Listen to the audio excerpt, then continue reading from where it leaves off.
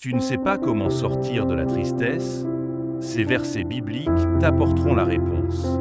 Reste jusqu'à la fin pour découvrir comment appliquer ces versets dans ta vie quotidienne. L'Éternel est près de ceux qui ont le cœur brisé, et il sauve ceux qui ont l'esprit dans l'abattement. Chaque fois que tu es triste, souviens-toi que Dieu est présent et qu'il vient à ton secours. Que votre cœur ne se trouble point. Croyez en Dieu et croyez en moi.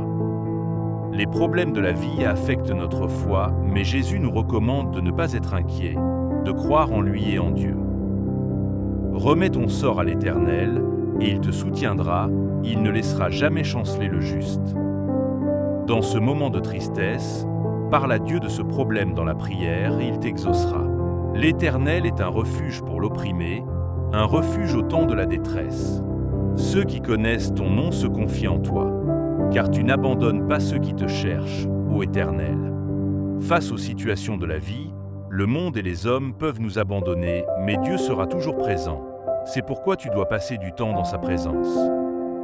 Quelqu'un parmi vous est-il dans la souffrance? Qu'il prie. Quelqu'un est-il dans la joie? Qu'il chante des cantiques. La prière du juste a une grande efficacité. C'est au travers de la prière et la foi en Dieu que tu vaincras ce problème. Éternel, mon rocher, ma forteresse, mon libérateur. Mon Dieu, mon rocher, où je trouve un abri. Mon bouclier, la force qui me sauve, ma haute retraite.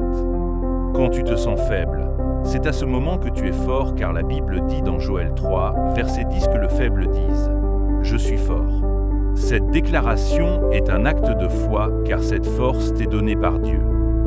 Regarde-moi et aie pitié de moi, car je suis abandonné et malheureux. Les angoisses de mon cœur augmentent. Tire-moi de ma détresse. Fortifiez-vous et que votre cœur s'affermisse, vous tous qui espérez en l'Éternel. Le meilleur moyen de rester fort dans la tristesse est de passer des moments de qualité avec Dieu. Les exercices de foi tels que la prière, l'adoration et la louange affermissent ton esprit. Quand les justes crient, l'Éternel entend, et il les délivre de toute leur détresse. Pourquoi t'as-tu, mon âme, et gémis-tu au-dedans de moi? Espère en Dieu, car je le louerai encore.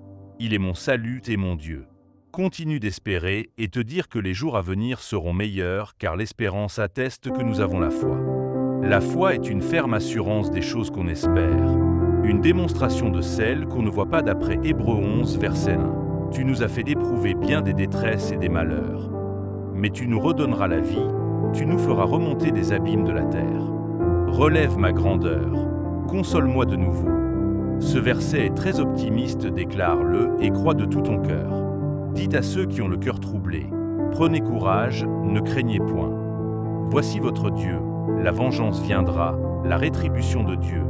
Il viendra lui-même et vous sauvera. Ne crains rien, car je suis avec toi. Ne promène pas des regards inquiets, car je suis ton Dieu. Je te fortifie, je viens à ton secours, je te soutiens de ma droite triomphante.